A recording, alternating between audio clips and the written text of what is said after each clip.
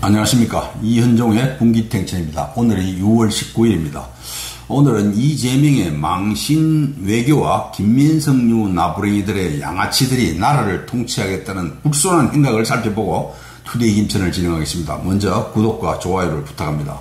제가 웬만하면 정치 사기꾼들 얘기는 이제 접으려고 했는데, 그러나 필요한 비판은 해야 한다는 생각에서 어쩔 수 없이 이 갑갑한 현실을 지적하지 않을 수 없어서 또 정치 얘기를 잠시 하겠습니다. 근데 지금 많은 국민이 헛웃음을 짓고 있습니다. 한마디로 허탈한 너트웃으며 기가 찬 서글픈 비웃음입니다. 대통령이 된 중범죄자 이재명이 하는 꼬라지를 보니까 역시나 그렇다는 겁니다. 지금 돌아가는 모양새를 봐서 우리나라가 앞으로 얼마나 국제적으로 어려움에 처할지 걱정이 앞서기 때문입니다. 캐나다에서 개최된 G7이라고 불리는 서방선진 7개국 정상회담에 업적부 자격으로 초청받아서 간 것까지는 좋았는데, 그래서 가기는 갔는데 당선되고도 트럼프로부터 축하 전화 한 통 받는데 생쇼를 해야 했던 이자가 여기서도 별로 좋은 취급을 못 받았습니다. 이자는 출발하기 전에 트럼프하고 정상회담을 하기로 돼 있다고 했는데, 막상 캐나다에 도착해서 보니까 트럼프는 중동 사정 같은 걸 핑계로 미국으로 가버리고 말았습니다. 이재명 집단은 처음에 트럼프가 귀국한 사실조차 몰랐습니다. 그것도 기자들이 트럼프가 떠난 상황에 대한 질문을 받은 뒤에야 알았습니다. 그리고 상당 시간 상황 파악도 못했습니다. 몇 시간이나 지난 뒤에야 이재명 졸개인 위성락이라는 자가 트럼프 측에서 정상회담을 못하고 급박한 중동 상황 때문에 귀국하게 되었다고 사전에 양해를 구했다고 발표했습니다. 그러나 이거 상식적으로 거짓말이라고 봐야 됩니다. 위성락이는 이렇게 말을 했지만 트럼프하고 정상회담 약속이 있었다면 이렇게 할 수가 없습니다. 미국 측에서 사전에 양해를 구했다면 왜 우리 정부의 이재명을 비롯한 담당자들은 트럼프가 귀국한 사실조차 모를 수 있습니까? 이재명이는 완전히 헛걸음을 한 꼴이 되고 말았습니다. 그만큼 지금 우리나라는 트럼프로부터 냉대를 받고 있다는 겁니다. 주최국인 캐나다 총리하고도 대화 한번 제대로 못하고 우리하고 비슷한 업적부 자격으로 참석한 영양가 없는 호주 총리하고 남아공 대통령하고만 잠깐 만났을 뿐입니다. 그리고도 영국 총리하고 오다가다 차 한잔 한 걸 가지고 한영 정상회담을 했다고 헛자랑을 하고, 또 바로 옆에 있는 일본 수상은 그 먼 곳에서 잠시, 그러니까 기시다 총리하고 잠시 차 한잔 한 걸 가지고 한일 정상회담을 했다고 온갖 폼을 다 잡으면서 홍보하고 있습니다. 그러니 이게 걱정이 안 될 수 있습니까?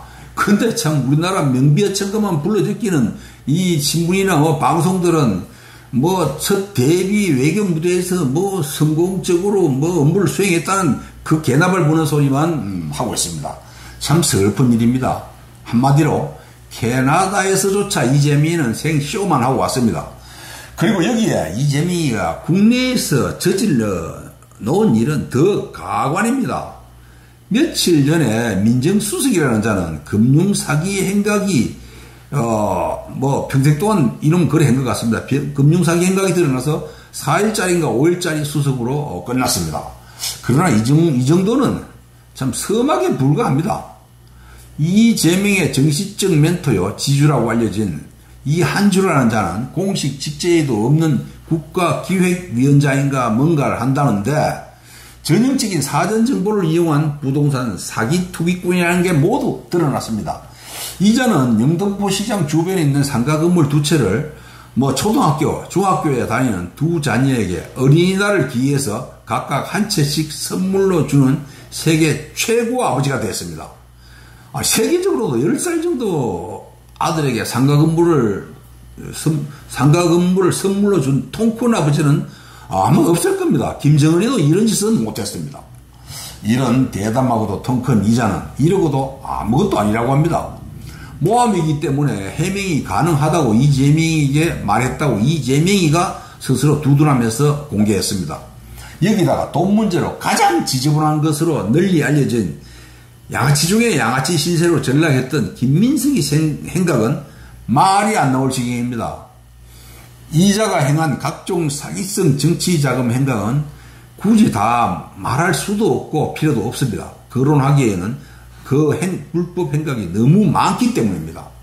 김민석의 자식 문제는 조국, 그 말씀 많았던 조국이 했던 짓하고 비슷한 아주 더러운 수법을 그대로 답습했습니다.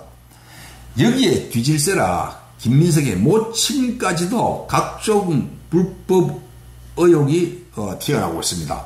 그 모친이라는 사람은 작은 빌라 하나를 가지고 1년에 3번에 걸쳐서 전세 계약을 했습니다. 이거 하나만 봐도 이 집구석이 어떤 집구석인지 알 수 있습니다. 이건 절대 제대로 된 집구석 아닙니다. 거지 같은 김민석이는 5년간 수입이라고는 국회의원 월급 5억이 전부인데 지출은 18억이 넘습니다. 이거 어디서 얼마나 사기를 쳤다는 겁니까? 이런 놈이 교회에 헌금은 또 2억이나 했다는데 거기서는 또 말문이 막힙니다. 이거 세금만 내려고 가라로 영수증 받은 거 아닌지 조사해 볼 필요가 있습니다. 문제는 이재명입니다. 이재명이는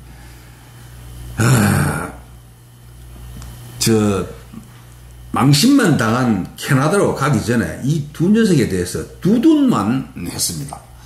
이 한중 문제를 얘기했던 것하고 마찬가지로 두 자식, 두 녀석 다 모함이며 해명이 가능한 문제라고 했다는 겁니다. 모함이라는 말은 그 자체가 말이 안 되는데 이재명이가 한 말 중에 그 맞는 말은 해명이 가능하다는 부분입니다. 물론 두 놈 다 해명이 가능합니다.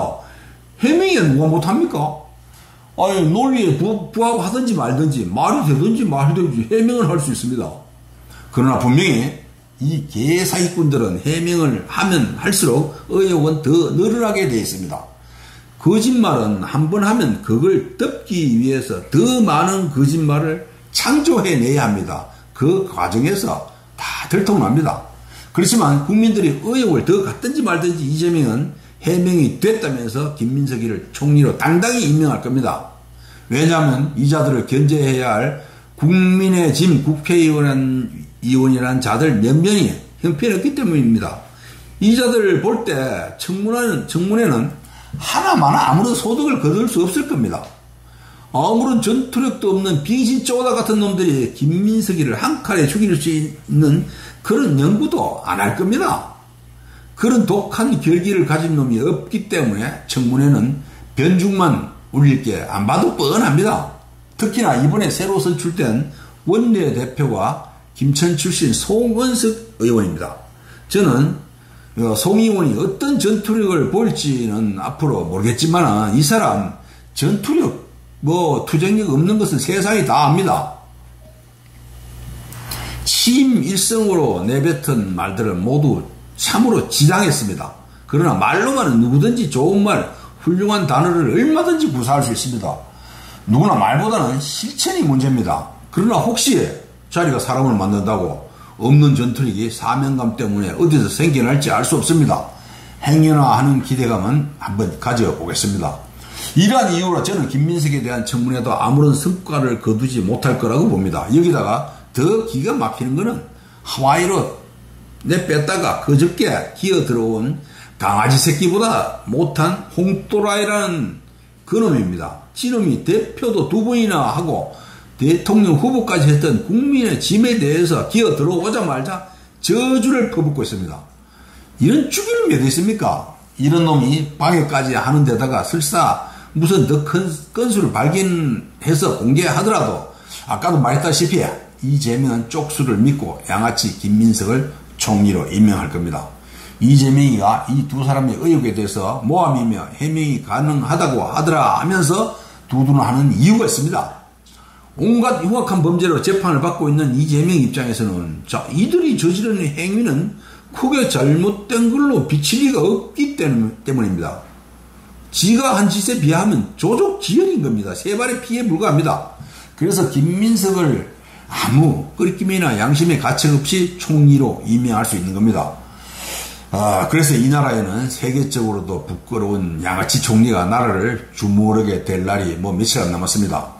그럴 수밖에 없는 것이 세상이 다 아는 범죄 혐의로 기소된 이재명 입장에서는 이들의 행위가 설사 만에 하나 잘못된 것으로 인식된다고 하더라도 자신이 훨씬 더한 흠결을 안고 있는 판국에 이 자들의 작아 보이는 허물을 어떻게 비판하거나 지적할 수가 없는 겁니다. 이재명은 한마디로 그를 처지가 못되는 겁니다. 국가적으로 불행하고 슬픈 현실입니다. 이런 자들이 국민들을 호령하면서 바른 정치를 하겠다고 나서면서 국민들에게 바르게 살 것을 요구할 겁니다. 그러나 그게 먹히겠습니까?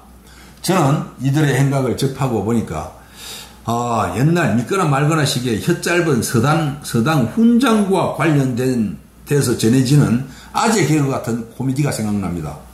과거 신식학교가 생기기 전에 서당에서 공부할 때 혀가 짧은 훈장이 바람풍이라는 한자에 대해서 자신이 바람풍이라고 하고는 학동들에게는 바람풍이라고 하지 않았다고 매질을 하는 것과 같다는 생각입니다. 이 말은 뭐냐 하면 과거 우리 국민이 서당에서 공부할 때 얘기입니다. 서당 공부는 아주 나이 많은 사람은 대충은 알 겁니다. 우리가 해방이 된 후에도 전국적으로 마을마다 서당이 명맥을 유지하면서 마을 사람들이 훈장 밑에서 한자를 배웠습니다. 그러니까 요즘 사람들은 이해가 안 되겠지만 해방 후에도 한동안은 한글을 언문이라고 낮춰 부르면서 한자를 서당에서 별도로 한동안 배웠습니다. 그러는데 어느 서당에 혀가 좀 짧은 훈장이 왔습니다. 서당 공부라는 것이 처음에는 천자문부터 하는데 천자문 첫머리가 이렇게 되죠. 그걸 인용해 보겠습니다. 서당학습은 선창하면 제자들이 후창을 해야 합니다. 훈장은 당시 하늘천, 따지, 금을현, 누르왕 이렇게 또렷하게 하는 게 아니고 하늘천, 따지, 금을현, 누르왕 이렇게 노래하듯이 훈장이 선창하면 학동들이 똑같이 따라서 발음을 했습니다. 이 학습은 우선 한자를 글자부터 알게 한 후에 붓글씨로 글자를 써서 익히도록 했습니다. 어쨌거나 이런 선창하고 후창하는 학습을 하던 중에 바람풍자를 발음하는데 이르렀습니다. 모두가 알다시피 태풍이니 광풍이니 하는 데 쓰이는 풍자는 바람풍 아닙니까? 그런데 이 훈장이 바람풍인데 자신이 혀가 짧다 보니까 자신은 바람풍이라고 한다고 하지만 바람풍이 되는 겁니다. 그래서 학동들은 당연히 바람풍이 아닌 바람풍 하고 따라할 수밖에 없는 겁니다. 그걸 보고 훈장은 아니라고 하면서 다시 자신은 바람풍 한 뒤에 바람풍으로 따라할 것을 기대하지만은 학동들은 선생이 하는 대로 또 바람풍으로 할 수밖에 없는 겁니다. 그래서 훈장은 시키는 대로 안 한다고 학동들에게 회초리로 매질만 해대고 말았습니다. 지금 이 세상이 이 훈장이 하는 행위처럼 돼간다는 생각입니다. 지금이 바람풍을 해놓고 바람풍을 하기를 바란 것처럼 이재명 일당은 각각이 무시무시한 잘못을 저질러 놓고 국민들은 법을 지키면서 살아가라고 할 수밖에 없는 처지라는 겁니다. 이한주라는 그 이상한 이재명의 정신적 지주는 지놈이 그렇게 골고루 평생 동안 부동산 투기만 해온 처지에서도 며칠 전에는 부동산 투기는 투기가 투기를 부른다면서 부동산 투기를 건절해야 한다고 했습니다. 참 지당한 말씀이죠. 또 몇 년 전에는 지놈이 책을 한 권 냈는데 투기를 통한 시세 차익 같은 부동산 불로소득을 환수하는 방향으로 부동산 제도를 설계해야 한다는 참 지나가는 송아지가 웃을 헛소리를 했습니다. 즉 지놈은 해도 되지만 일반 국민은 하면 안 된다는 선민의식입니다. 전형적인 내로남불입니다. 근본부터가 원천적으로 잘못되고 사고방식이 아주 잘못된 이런 자들이 나라를 제대로 운영하기를 기대할 수 있겠습니까? 연모구어입니다. 숲에서 물고기를 찾는 게 빠를 겁니다. 이 자들의 행각과 앞으로의 일들을 전망한다는 것은 시간 낭비요 화병을 초래할 수 있습니다. 이제 투데이 김천으로 들어가겠습니다. 또 오늘도 참 정치 얘기 너무 많이 했네요. 최근 또 김천시청은 법원의 운명이 맡겨진 공무원이 여럿 있습니다. 지난번 김충섭 전 시장의 명절 선물 사건으로 수십 명이 곤욕을 치른 사건과 관련된 겁니다. 그때는 선물을 준 행위에 대해서만 검찰이 선거법 위반을 적용해서 재판에 넘겼습니다. 그런데 이 선거법 재판이 끝나자마자 검찰은 또 같은 사건에 대해서 선물을 구매한 자금 조성에 대해서 다시 수사를 했습니다.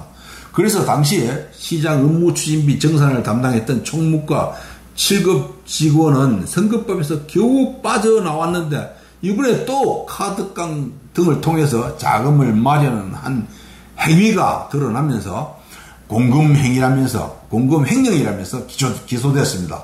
이뿐 아니고 당시 홍보실에 근무했던 5급과 7급 공무원도 재판에 회부됐습니다. 그래서 기소된 사람이 공무원은 5급 사무관 2명과 6급 1명, 7급 2명입니다. 그래서 5명입니다. 여기에 카드깡을 해준 사업자 2명, 김충섭 시장하고 김충섭 정무비서 이 두 사람도 민간인 4사람도 기소됐습니다. 대형 사건입니다. 김충섭이는 우두머리라고 기소된 겁니다. 그걸 사용한 우두머리라는 겁니다. 여기에 이들에 대한 첫 재판이 지난 18일에 어제죠. 18일에 예정되어 있었는데 갑자기 7일로 연기되었습니다. 당사자들은 속이 다 들어갑니다. 많은 시민과 공무원들은 이미 처벌받은 일과 관련해서 또 기소된 데 대해 운이 없는 공무원들에 대해서 안타까운 시선을 많이 보내고 있습니다. 이들이 무슨 죄가 있겠습니까? 공무원은 위계질서에 따라서 상급자가 요구하면 대부분 하도록 되어 있습니다. 그동안 그런 행위가 전국적으로 관행적으로 만연했다는 점에서 아무런 의식 없이 했던 일입니다. 그들이 그 돈을 개인적으로 사용한 적도 없는데 참 걱정입니다. 그리고 또 그동안 내부 분란으로 말썽이 끊이지 않았던 봉사 조직인 김천 새마을회가 며칠 전에 신임 회장을 선출하면서 조직이 안정화됐습니다. 김천 새마을회는 작년 초에 대의원들의 압도적인 지지로 선출되었던 문모 회장에 대해서 일부 인사가 이상한 문제를 가지고 떠들면서 문 회장은 결국 경상북도 새마을회로부터 승인도 받지 못하고 반쪽짜리 회장으로 있다가 올해 초 화가 나서 그만 사퇴한 바 있습니다. 그래서 우여곡절 끝에 김천 새마을회는 며칠 전에 임시총회를 갖고 김덕수 한국시로공사 사장을 신임 회장으로 만장일치 추대 선출했습니다. 그 뒤에 어제 경상북도 새마을회로부터 정식 승인도 받으면서 이제 정상화되었습니다. 김덕수 신임 회장의 취임식은 27일 예정입니다. 그리고 요 며칠 이상한 사건 사고가 많았습니다. 코롱생명과학이 지난해에 이어서 며칠 전에도 불이 나서 소방당국에 비상이 걸리면서 난리가 난 바 있습니다. 다행히 큰 불로 번지지 않고 초반에 진화하는 데 성공해서 김천시청과 이 회사 관계자는 물론이고 소방당국도 가슴을 쓸어내리면서 안도의 한숨을 쉬었습니다. 또 지난 13일에는 봉산면 1의리에서 74세 된 조모 씨가 자신의 농장에서 작업을 하다가 운반기에 깔려서 사망하는 안타까운 일이 있었습니다. 이 사람은 고위공직자로 있다가 퇴직해서 고향으로 내려와서 농장에서 농막을 짓고 제2의 인생을 살아가던 중이었는데 참 안됐습니다. 농기계는 편리성과 작업 효율성을 아주 극대화시켜 주지만 반대로 이 기계들로 인해서 너무 많은 농민들이 죽거나 다쳤습니다. 특히 경운기를 비롯한 엔진이 있는 장비들로 인한 사고가 끊이지 않습니다. 모두가 주의를 해야 하면 당연한 거고, 기계 작업을 할 때는 반드시 주변에 사람이 있어야 합니다. 도와줄 사람이 있으면 사고가 나도 죽는 일은 거의 없습니다. 그리고 또 안타까운 일은 대광동에 있는 대홍아파트 주변에 있는 공영주차장에서 30대 여성이 우울증과 가정불화로 차 안에서 그만 번개탄을 피워서 자살했습니다. 이제 금융기관장 선거가 또 치러집니다. 김천시장 선거가 끝난 지 2달이 지났는데 이번에는 농협하고 새마을 금고 재보궐선거가 기다리고 있습니다. 지난번에도 잠깐 언급했지만 과다 대출로 인해 부실화된 자산동에 있는 알찬 새마을 금고가 금고 부실화에 대한 책임을 지고 이사장이 해임됨에 따라서 7월 2일 이사장 보궐선거를 실시합니다. 이 금고는 한금동과 용호동, 모암동 등에 있었던 군소 금고들이 합병을 하면서 명칭도 이렇게 변경됐습니다. 알찬 금고는 조합원이 8천여 명에 달하고 자산은 2천억 정도 되는데 본점을 제외하고도 율곡동을 비롯해서 근처에 4곳의 지점이 있는 제법 나름대로 규모가 있는 금고입니다. 금융기관은 규모에 따라서 차이는 있지만 이사장은 여러가지 혜택이 많아서 자리를 노리는 사람이 많습니다. 그러나 알찬 금고는 신임 이사장이 선출되면 곧바로 인근 금고하고 합병을 추진해야 하는 과제를 안고 있습니다. 또 자격 미달 조합원이 투표했다는 이유로 조합장 당선이 무효된 바 있는 간문농협도 7월 16일 조합장 재선거를 치르기로 날짜를 확정했습니다. 이 농협은 지난번에 한 표 차이로 낙선한 당사자가 벌써부터 움직임을 보였다는 풍문이고 여기에 두 사람이 더 도전하는 것으로 알려져 있습니다. 또 의모읍면에 있는 세김천 농협도 현 조합장 부인이 선거법을 위반한 사실이 기소돼서 2심까지 당선 무효형을 받아서 대법원에 상고 중입니다. 선거법은 속전속결이라는 점에서 늦어도 7월 중에는 확정이 될 것으로 보입니다. 따라서 이 형량이 확정되면 늦어도 9월 중에는 조합장 재선거를 치러야 합니다. 이래저래 또 김천 지역에는 농협과 새마을 금고에서 선거바람이 또 몰아치게 되어 있습니다. 속설이 맞는 말인지 어떤지는 확인은 못했는데 들리는 말로는 이런 군소 농협이나 금고 이런 곳은 생각보다 선거에 자금이 많이 필요하다고 합니다. 사실 여부는 저는 모릅니다. 어쨌거나 위법행위를 하지 않는 깨끗한 선거를 통해서 모두가 결과에 깨끗이 승복하는 그런 과정을 거쳤으면 좋겠습니다. 그리고 우울한 소식은 김천이 자랑하는 농산물인 포도가 문제입니다. 주 장목인 샤인머스켓이 인기가 없다고 합니다.